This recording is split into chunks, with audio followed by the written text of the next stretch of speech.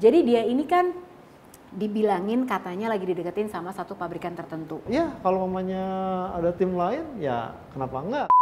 Karena kita tuh nggak pernah ngebahas ini. Aku tuh siaran sama Mas Joni udah bertahun-tahun, Iya. tapi kita nggak pernah ngomongin ini. Bener-bener langsung ada efeknya, motor yang istilahnya bego beloknya jadi juara di Catalunya yang sirkuitnya sebenarnya cornering speed. Cuman juga jangan lupa bahwa karir menjadi seorang pembalap MotoGP ini kan resikonya nyawa aja. Iya benar.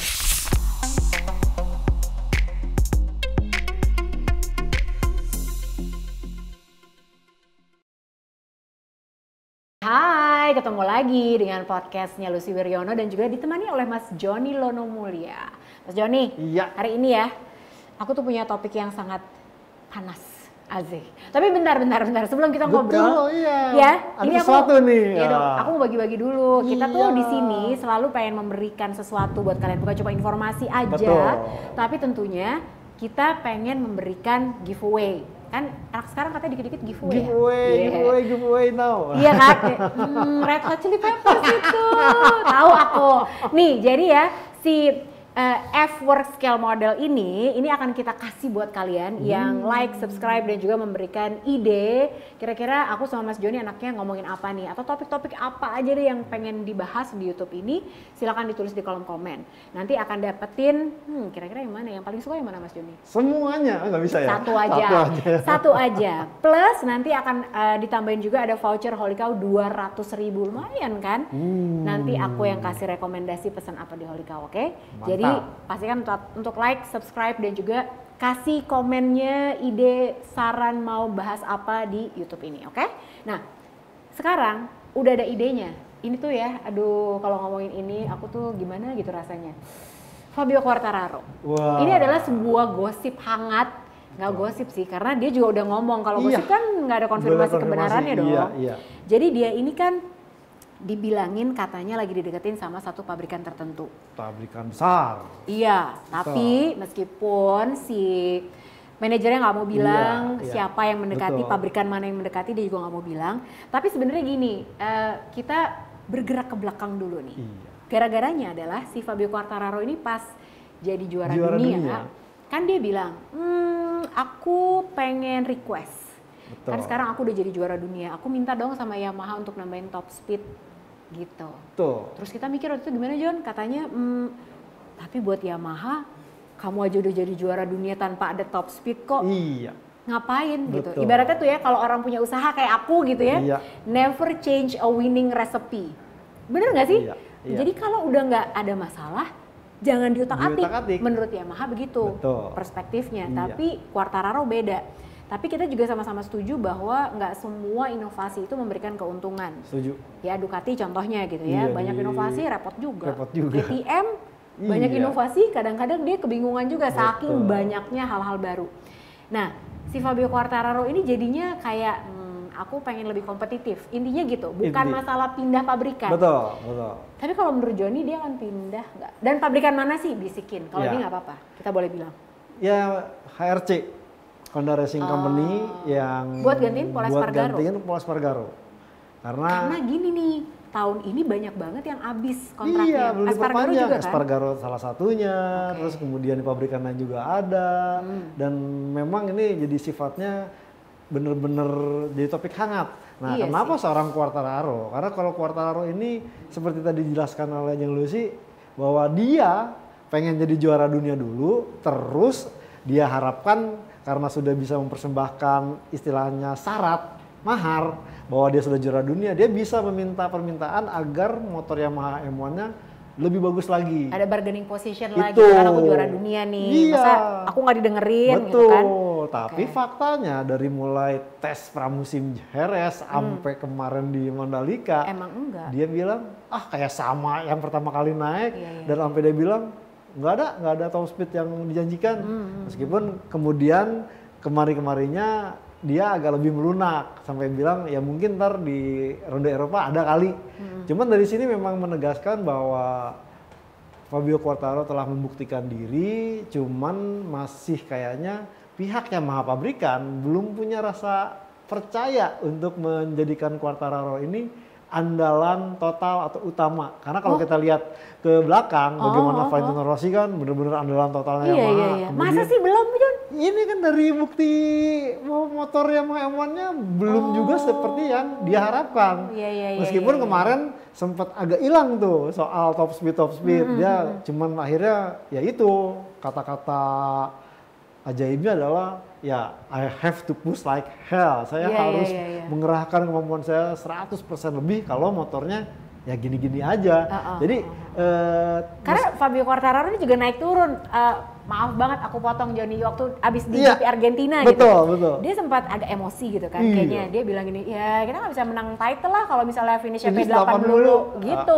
Abis itu dia reda, betul. Tapi keluar lagi gosipnya, iya nggak sih? Iya. Tapi berarti Yamaha belum 100% yakin? Belum 100% yakin. Dari sini mungkin ya, kalau pamannya Quartararo mau unek-unek keluar seperti kasnya zaman dulu, ya pasti dia akan mempertanyakan fungsi dan peran test rider yang ada saat ini. Karena Yamaha sekarang kan tetap mempertahankan seorang Cal Crutchlow, tapi sampai sejauh ini nggak maksimal juga. Nah, maksudnya beda sama kayak Pedrosa gitu ya? Bener-bener langsung ada efeknya, motor yang istilahnya bego beloknya jadi juara di Catalunya yang sirkuitnya sebenarnya cornering speed. Ini memang belum ada. Nah, Quartararo ini juga istilahnya tidak dijadikan tanda petik referensi untuk mengembangkan motor Yamaha M1 saat ini.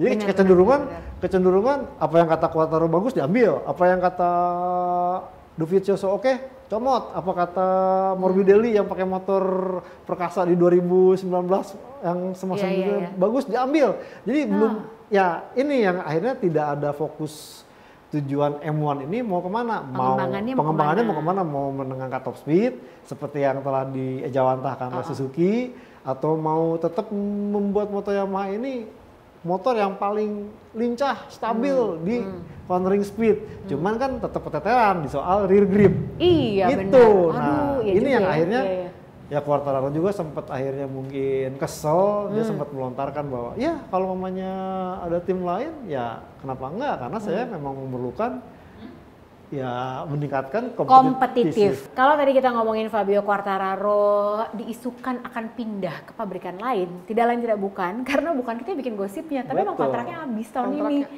Ya kan? Betul. Nah, terus selain Fabio Quartararo yang kontraknya akan habis lagi tahun ini, ya, Paul Espargaro, Jack Miller, Alex Rins dan Joan Mir pun sebenarnya masih hingga sampai 2022 ini. Yang pasti juga Darren Binder apalagi, kemudian juga rookies tuh Luca Marini, kemudian Bezeki, terus habis semua. Makanya musim ini menjadi penentuan siapa kemana, dengan yang paling mudah adalah catatan evaluasi performa mereka musim ini. Nah, kalau pamannya Quartararo ya tinggal Yamaha-nya nih segera mau mendekati atau gimana. Ini yang sebenarnya benar tadi dijelaskan, bukan semata-mata gue mau pindah ke sini, bukan, karena emang titik awalnya adalah kontrak habis. Iya benar. Tapi ya kan biasanya kalau rider tuh mau pindah ke pabrikan lain itu mereka tuh takut, ya nggak sih John? Iya. Aduh nanti nggak bisa nih gitu. Ingat dong Valentino Rossi mau pindah ke Ducati, berantakan dia di Ducati. Akhirnya pindah lagi ke Yamaha. Tapi seorang Fabio Quartararo tahu nggak? Di tengah-tengah dia sedang kontrak udah mau habis, ditanya dong, emang nggak takut adaptasi sama pabrikan lain gitu kan? Motornya beda, timnya beda segala macam. Dia bilangnya gini ya, kalau kita berpikir seperti itu kita tidak akan maju-maju. Asik. Gila. Jadi dia bilang, ya pokoknya kalau berubah pabrikan ya udah pasti beda. Dan soal adaptasi motor gimana? Ya itu tanggung jawab gue lah sebagai rider. Wah, kan aku jadi makin naksir. Gimana dong? Iya dong, tapi itu kan hebat banget. Maksudnya dia sama sekali mematahkan pendapat bahwa rider ya kayak Marc Marquez aja gitu. Aku kayaknya aman aja 4 tahun sama Honda. Ya kan? Sementara kalau dia ya mau kemana juga nggak apa-apa lah, gampang gitu. Tapi intinya memang jangan pacaran sama Quartararo. Di bluffing melulu, takut aku ya kan. Tapi masalahnya kalau kita bedah satu-satu nih ya, Johnny, kan paling gencar itu sebenarnya untuk menggantikan Paul Espargaro di Honda, itu ngincernya Fabio Quartararo atau Joan Mir. Betul. Sebenarnya. Betul ya. Padahal tapi nggak tahu deh, kalau feeling aku kayak Joan Mir dengan kedatangan Livio Suppo kayaknya dia tetap akan berada di situ deh. Betul. Soalnya dia udah nggak menunjukkan tanda-tanda bahwa aduh kayaknya ini gimana nih, nggak ada komplain, tapi justru dia jadi lebih kompetitif, bener nggak sih? Setuju. Tapi itu semua gara-gara Livio Suppo datang. Livio Suppo. Emang siapa Livio Suppo? Kenapa efeknya besar itu? Livio Suppo ini kalau namanya istilahnya di mitologi Yunani ini Midas, Raja Midas. Midas itu kalau megang dikit jadi emas. Jadi emas. Aku juga megang dikit jadi emas Joni. Jadi patung dong. Bukan emas ya. Bukan. Oke. Jadi dia emang kalau megang apa-apa tuh sukses. Sukses. Gitu. Ini berawal dari sebenarnya dia tuh orang marketing di Ducati. Ducati patut dicatat bahwa dulu tuh berkolaborasi erat dengan pabrikan tembakau Philip Morris. Livio Suppo ini orang Philip Morris, orang marketingnya. Digabungkan dengan Ducati, mampu istilahnya menarik sponsor cukup banyak, diberi kepercayaan untuk mengelola tim. Nah, pada saat mengelola tim ini, dia otaknya benar-benar inovatif, liar, sampai akhirnya ya punya talenta untuk menjadi rider scouting. Bagaimana dia berhasil menarik seorang Casey Stoner 2007 menjadi juara dunia di Ducati, padahal pada saat pertama kali debut 2006 dia itu dikasih julukan pembalap yang sering crash. Jadi naik motor tapi dia bisa ngeliat potensi itu nah, gitu itu, ya? ke Ducati pertama langsung juara dunia. Sempat tertati, akhirnya di 2010 Livio Suppo memutuskan pindah ke Honda Racing Company. Dan itu dia berhasil juga. Berhasil, artinya membuat Repsol Honda solid sampai akhirnya dia bisa merayu Casey Stoner pindah ke Honda di 2011 dan juara dunia. Dan jangan lupa, saat kelahiran Marc Marquez yang fenomenal, itu berlaku aturan Rookies Rule. Di mana pembalap juara dunia dari Moto2 itu tidak boleh langsung bergabung dengan tim pabrikan. Nah, harus satelit dulu kan? Harus satelit dulu. Nah, lewat Livio Suppo dan juga waktu itu dengan direkturnya HRC berhasil istilahnya meminta Dorna dan Vim untuk mendemisionerkan atau membatalkan Rookies Rule di 2013. Sampai segitu powerfulnya dia ya? Livio Suppo. Akhirnya naiklah Marc Marquez. Dan di tangan dia Marc Marquez itu sampai juara sampai 2017 hingga akhirnya dia memutuskan untuk mundur. Mundur jadi apa coba Jam? Jadi tukang bikin bengkel sepeda. Jadi dia artisan bikin sepeda. Sampai emang ya, orang tuh kalau udah jago ya, yang sama tadi kita ngobrol ya, kalau mau quit ya bisa. Itu Livio Suppo akhirnya dengan segala pencapaiannya mundur, tapi kemudian ya Suzuki sempat kelimpungan dengan kepergian seorang Davide Brivio. Cari, awalnya sempat pede kan si Chihara, ternyata tidak gampang memaintain atau mengembangkan motor dengan orang. Motor ya tinggal ganti. Iya, tapi kan memanage dua talenta ini kan Mir sama Rins tuh dua-duanya luar biasa. Luar biasa gitu. Dan yang ini satu lagi maaf Sahara memang orang Jepang yang bisa bahasa Inggris, tapi dalam soal komunikasi ya saya akuin Livio Suppo diperlukan. Itulah, akhirnya dia deketin, gabunglah Livio Suppo. Nah, makanya saat ini Joan Mir kelihatannya udah mulai kayaknya nggak mau godek ya. Dan nggak mau godek, dan lihat dong, sekarang setiap Prince ada di depannya, di belakangnya pasti Joan Mir. Dan ini tidak akan menutup kemungkinan Joan Mir akan tahu, oh begini nih kelemahan Alex Rins, dia akan tunjukkan bahwa dia pun tidak kalah dari Alex Rins. Gitu, jadi sebenarnya Fabio mau kemana, mau pindah kemana tuh nggak segampang itu. Betul, bener nggak sih? Betul. Gantiin Pol Espargaro. Kalau yang lain-lain kayaknya sebenarnya bisa nggak kalau aku bilang gini Joni, pabrikan yang lain pun selain Honda nih misalnya, kita berandai-andai karena kan manajernya nggak bilang pabrikan mana, tapi meskipun kita udah tahu ini adalah HRC, udahlah ya gitu. Tapi sebenarnya pabrikan lain tuh pintunya udah kayak ketutup. Betul. Iya nggak sih? Iya. Ya KTM nggak mungkin. KTM udah punya istilahnya stok. Iya, stok pembalap mudanya udah ada. Ducati udah bikin stok pembalap mudanya. Dan mungkin ya tinggal HRC yang Yamaha, Aprilia, Suzuki kayaknya enggak. Kayaknya kecuali mereka mau berani bikin tim satelit. Nah, kalau misalnya memang pintunya udah ketutup, artinya kan tinggal masalah cuannya. Iya. Kontraknya mungkin akan dinaikin nggak sih? Ntar dulu. Nah, ini nih aku penasaran sebenarnya. Karena kita tuh nggak pernah ngebahas ini. Aku tuh siaran sama Mas Joni udah bertahun-tahun, tapi kita nggak pernah ngomongin ini. Siapa rider MotoGP yang gajinya paling gede? Saat ini sudah pasti Marc Marquez. Berapa sih gajinya? Dia soalnya bisa 10 jutaan deh, lebih segitu. euro. Euro dong. Gajinya per bulan. Iya.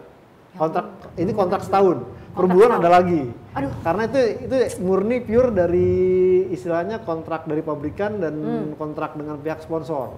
Beda lagi tuh ya. Sementara ada gaji tambahan lain. Jangan salah, kalau pembalap menang aja itu ada nominalnya meskipun. Nah itu yang ditanya sama banyak orang yang follow Instagramnya Jonny dan juga aku gitu kan. Kalau misalnya mereka tuh race ke manapun ya, seri apapun, kan nggak cuma ngejar 25 poin di podium dong. Pasti dapat uang juga kan? Ada. Jadi itu ada di luar gajinya. Di luar gaji itu ada, pasti Jeng. Oke. Cuman dari sejak tahun berapa, dulu sih ada di buku kuningnya, istilahnya di buku aturannya bahwa si juara, gajinya berapa? Si juara pertama ini menang sekian. Ini menjadi istilahnya jadi kayak rujukan fix. Jangan sampai ntar di event apa ada yang ngasih hadiahnya lebih besar gitu. Ini pokoknya red card-nya ada lah gitu sih. Ada red card-nya. Nah, cuman kesininya hilang.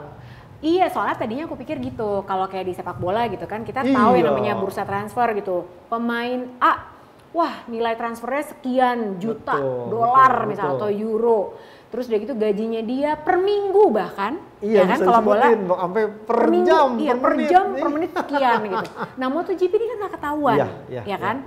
Tadi Marc Marquez yang paling gede gajinya. Nomor 2 saat ini Maverick Viñales. Nggak nyangka kan? Nggak nyangka. Pasti ngiranya Fabio Quartararo, bukan Maverick Viñales. Fabio Quartararo kan belum perpanjang kontrak, yang masih terikat kontrak yang 2022 yang nominalnya ya lebih kecil sebenarnya. Ya. Makanya sekarang dia punya daya jual. Dengan dia menjadi juara dunia, kemudian dia istilahnya ini rate-nya naik. Jadi sekarang itu Yamaha harus memikirkan mempertahankan Quartararo dengan memenuhi segala keinginannya. Naik gaji udah pasti. Betul. Atau kehilangan Quartararo, tapi dia tidak kehilangan banyak tanda petik anggaran gitu. Karena anggarannya ini bisa nanti buat pengembangan Yamaha M1. Nah, pilih mana?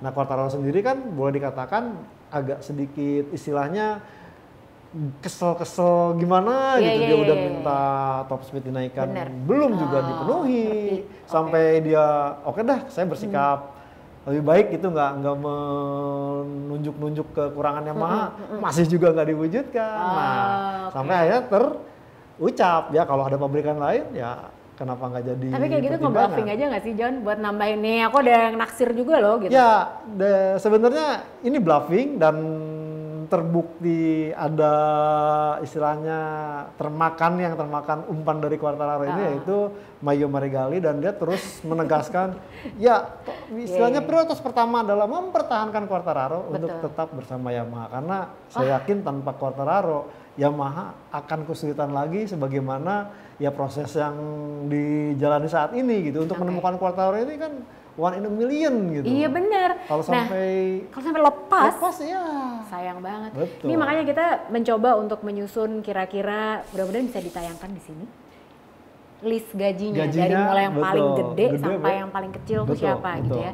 Nah sebenarnya menentukan gajinya berapa segala macam itu emang benar-benar negosiasi aja atau apa sih John sebenarnya? Jadi apakah si manajer ini yang menentukan bandrolnya? Si manajer pasti akan menuntut pembalapnya tampil bagus.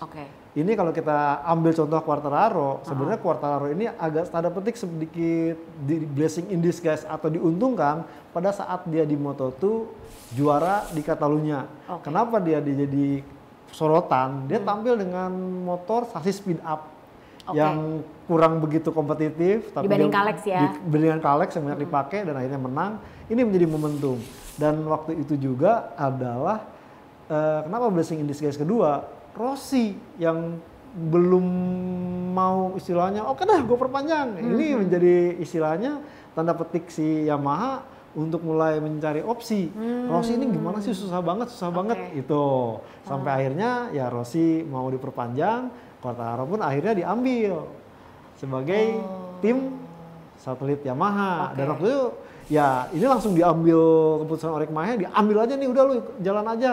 Toh motor Yamaha dengan segala macam istilahnya bahwa motor ini user friendly buat rookies, ini benar-benar jadi kelebihan lu. Dan ternyata Quartararo istilahnya langsung rezeki banget sih dia ya. Chemistry-nya dapet gitu, dia naik, kemudian Yamahanya oke, dia menunjukkan performa apik, langsung meraih pole position, udah mulai.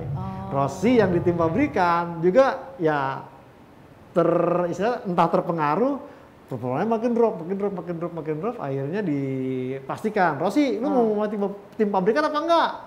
Masih juga pikir-pikir lagi, lalu diambil keputusan dari Lin Jarvis, tukeran akhirnya ya? Akhirnya tuker, Rossi ke itu, dia ke pabrikan. Berarti, ya kalau masih ada Rossi, berarti Rossi yang paling mahal dong gajinya. Betul, ya kan? Rossi mahal. Paling mahal dia ya? Yang paling mencetak rekor tuh emang masih Valentino Rossi?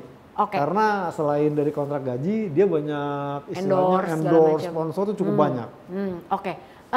Kalau misalnya berarti gini, gaji dinego, terus udah gitu dia setiap kali dia race masuk podium ada hadiahnya juga. Ada pasti. Podium berapa, kedua berapa, juara berapa. Terus ini bener nggak katanya setiap kali mereka race di tempat-tempat tertentu, misalnya Qatar deh, langsung sebut aja ya.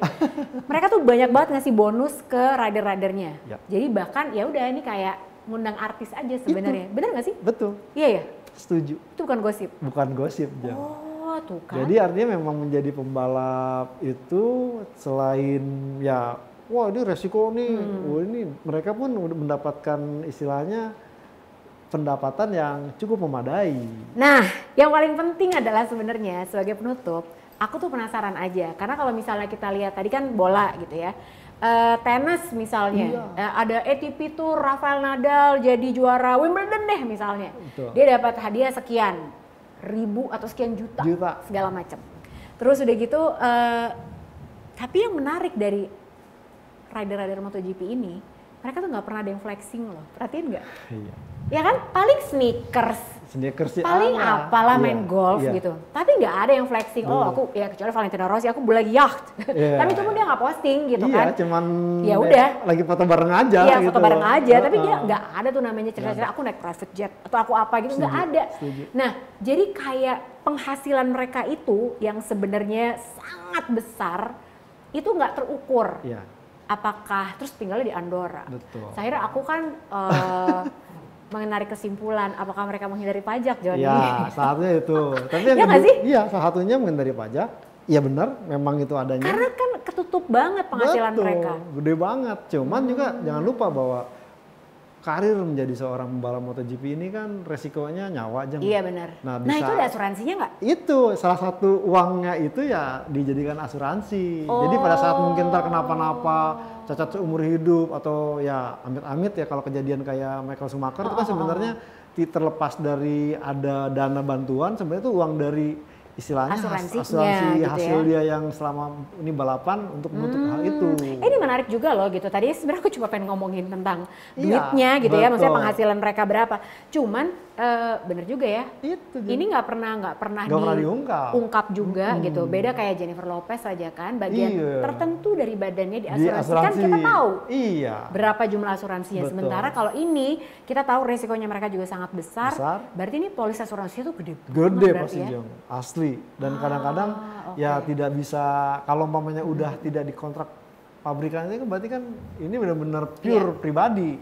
Dan uangnya biasanya dari istilahnya ya tabungan dia selama menjadi terikat kontrak dengan rider MotoGP. Ya, berarti akhirnya memang kita udah sama-sama tahu ya bahwa jadi rider MotoGP itu nggak gampang. Jadi ya kalau misalnya lihat listnya berapa gaji mereka selama ini, betapa besarnya dan betapa nyamannya hidup mereka, ya jangan iri. Karena kita nggak bisa begitu juga. Kita naik motor kecepatan 60 aja geter. Lututnya langsung nggak bisa, aku takut ya kan. Nggak bisa. Jadi terima kasih banyak loh Mas Joni. Ini mudah-mudahan nanti kita bisa ngobrol lebih baik lagi tentang kekayaan mereka, karena bener-bener gak kelihatan loh. Aku tuh penasaran banget, soalnya kadang suka iseng-iseng googling gitu kan. Yang sempet flexing gitu doang, si Jorge Lorenzo beli mobil baru. Oh iya, mobil baru. Tapi kan dia setelah udah gak ride kan, setelah dia udah gak berlaga baru. Betul. Mobil banyak ya gitu, beli segala macam merek-merek mobil gitu kan, belanja melulu gitu. Berarti emang kaya, tapi sebenarnya the exact amount berapa yang mereka dapetin tuh kita nggak pernah tahu. Belum bisa tahu, dan ini memang ini menarik ya. Ya makin kesini makin kayak di disclosure, itu ditutup, jangan sampai orang tahu. Wah tuh kan, menarik kan. Nah itu dia, makanya dari mereka kita belajar punya banyak uang bukan berarti harus banyak flexing, betul? Nah gitu, padahal mereka juga dapat uangnya udah benar-benar usahanya luar biasa keras kan. Iya. Terima kasih loh Mas Joni. Sama-sama. Jadi sudah meluruskan apa yang selama ini menjadi beban pikiranku, karena selama ini kita kan ngomongin tentang tekniknya lah, apalah segala macam. Cuma kalau kita ngomongin uang-uang di belakangnya ini ternyata, wah kalau nggak ada jumlahnya sih ngeri biasanya. Betul. Terima kasih banyak loh sudah mengikuti obrolan kita. Jangan lupa buat like, subscribe, dan juga memberikan komen juga. Terus ada lonceng-loncengan kan kalau anak YouTube? Iya. Loncengnya tuh biar nggak kelihatan, biar nggak lupa. Jangan, setiap ada video video baru tuh muncul. Udah ada video baru. Gitu. Ya udah, pokoknya jangan lupa ya, kolom komennya diisi terus, kasih saran ke aku sama Mas Joni kira-kira mau bahas apa. Sampai ketemu lagi, sehat terus dan nantikan episode berikutnya. Muah.